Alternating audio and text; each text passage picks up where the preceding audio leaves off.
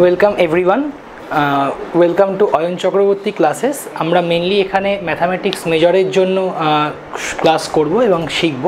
তো আমি তোমাদের ম্যাথামেটিক্স মেজরের মধ্যে স্ট্যাটিস্টিক্স মাইনরের যে পোর্শনটা রয়েছে সেটাকে আমি মেনলি লিড করব।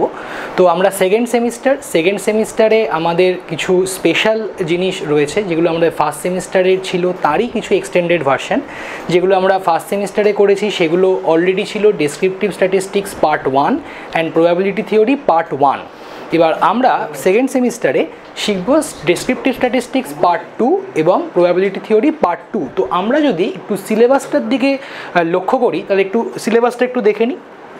তো সিলেবাসটার দিকে আমরা লক্ষ্য করছি, দেখা যাক।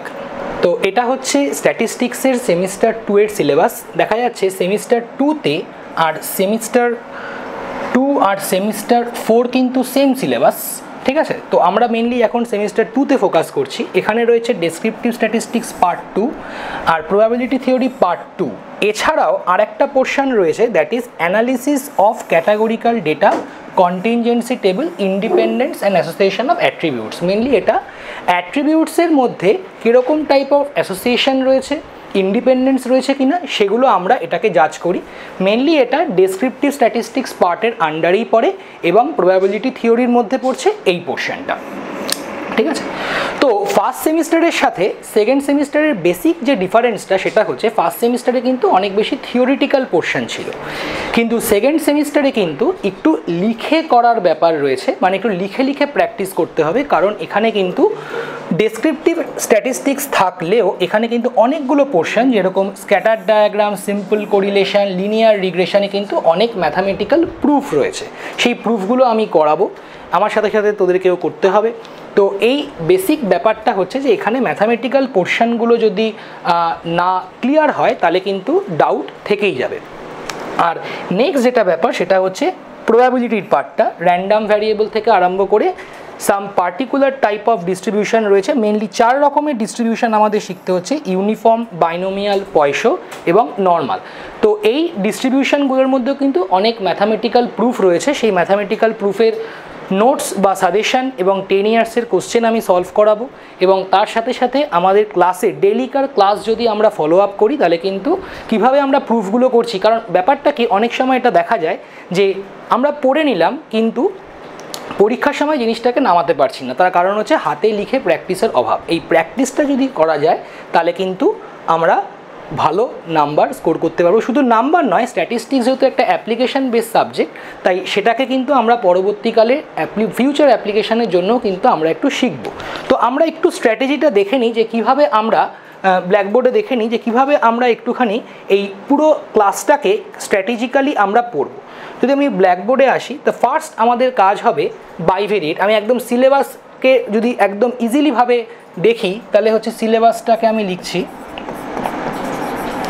মেনলি আমরা 3টে পার্টে ডিভাইড করছি। একটা হচ্ছে বাইভেরিয়েট অ্যানালিসিস,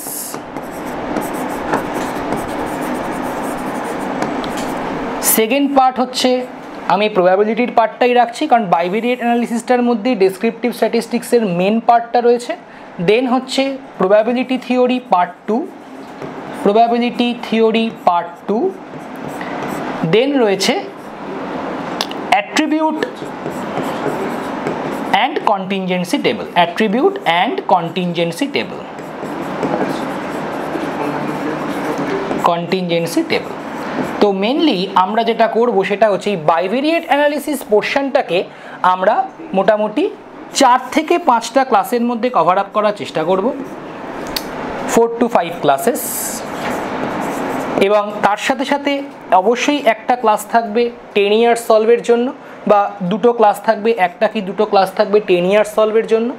দেন প্রবাবিলিটি থিওরি পার্ট 2, এটা কিন্তু অনেকটা পোর্শন রয়েছে, প্রায় 25 ক্রেডিট রয়েছে, এটাতে রয়েছে 15 ক্রেডিট। তো এটাতে মোটামুটি আমাদের 6 to 7 বা 7 to 8 ক্লাস তো লাগবেই। এবং তার সাথে সাথে অবশ্যই 2 থেকে 3টে আমাদের 10 ইয়ার্সের প্রবলেম ক্লাস সলভ করতে হবে। এবং কন্টিনজেন্সি টেবিল পার্টটা খুবই ইজি, এটাতে মোটামুটি একটা কি 2টো ক্লাসে, আমি ম্যাক্সিমাম 2টো ক্লাস ধরে নিচ্ছি, 2টো ক্লাসের মধ্যে আমরা কভার আপ করব, ঠিক আছে। তো যেটা বলার সেটা হচ্ছে যে পুরো ব্যাপারটাই কিন্তু ম্যাথামেটিক্যাল বেসড একটা টপিক। যাদের ম্যাথামেটিক্স পছন্দ হবে তাদের এই সেমিস্টার 2 পার্টে স্কোর করার একটা হাই অপরচুনিটি রয়েছে, কারণ থিওরির সাথে সাথে ম্যাথামেটিক্যাল পোর্শন এখানে অনেক। তাই যে প্রুফগুলো আমরা করাবো এবং সাথে সাথে যে অ্যাসাইনমেন্টগুলো আমরা দেব, সেই অ্যাসাইনমেন্টগুলোতে কিন্তু ভালো করে রেসপন্স যদি তোরা করতে পারিস তাহলে কিন্তু ভালো রেজাল্ট হবে। ঠিক আছে, তো আজকে এত অবধিই থাকলো। তো নেক্সট ফ্রাইডে তোদের সাথে দেখা হচ্ছে। তো থ্যাংক ইউ।